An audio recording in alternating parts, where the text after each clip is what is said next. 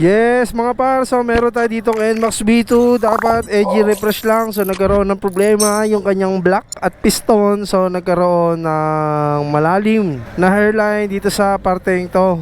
Tapos si Christian kinakalas na yung piston. Ayan si Christian mga par. So bali parang gagawing 63 basic to mga par, itong NMAX V2. So meron tayo dito asikaso na napakarami. Ayan o, badya. Ito yung kay Aaron. Ayan si Aaron mga par at si Ian. Ang problema nung kay Aaron is day 2 na nagkaroon ng wirings problem mga par. So hinihinang na lang ni Ian yung wirings mga par. Dito tayo sa NMAX V2 mga par. So gagawing 63 basic. So yun yung may-ari mga par. Nagipag-usap pa sa asawa kung anong desisyon ng kanyang asawa mga par. So abangan nyo itong NMAX V2. Let's go! So 63 basic mga par. So bali kinabitan ng G-Racing na block na 63. Tapos stock head. So pinalitan ng Kyobo na cam. Ayan si Boss Eman. So ididegree na to NMAX V2. Ayan si Ian. Si Boss Sandro nandito na. So gabi na naman. Di pa rin tapos si Aaron mga par. Ayan si Aaron no. Kasi kaso pa rin sa kanyang Aerox B1.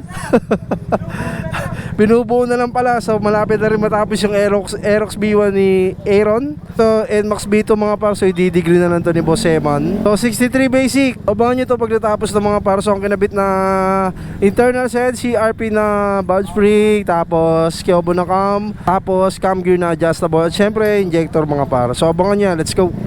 So mga par, bali kinabitan natin ito ng block. So ito na yung NMAX V2 na 63 basic. So 183cc, so stock head. Tapos 63 na block na G-Racing. So yan si Christian, bali nilalagyan na lang ng coolant. Tapos kakasan na lang to dun sa may chassis para mabuo na tong NMAX V2 na 183cc mga par. So yan, G-Racing na block. Tapos valve spring. Tapos Kyobo na cam, tapos cam gear na adjustable, tapos syempre injector. Kasama yan sa package namin dito sa JEG Motorworks. So abangan nyo to pag nakabit na namin sa chassis. Let's go!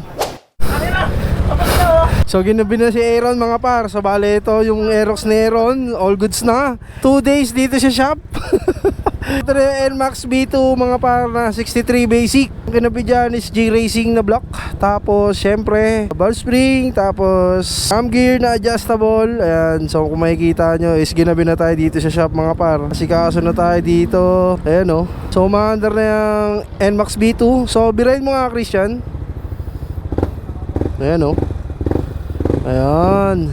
So all goods itong NMAX V2 mga par. So 63 basic, 183cc mga par. So yun lang, maraming salamat sa lahat na sumusuporta sa JEG. At syempre lagi mag-iingat. Peace out.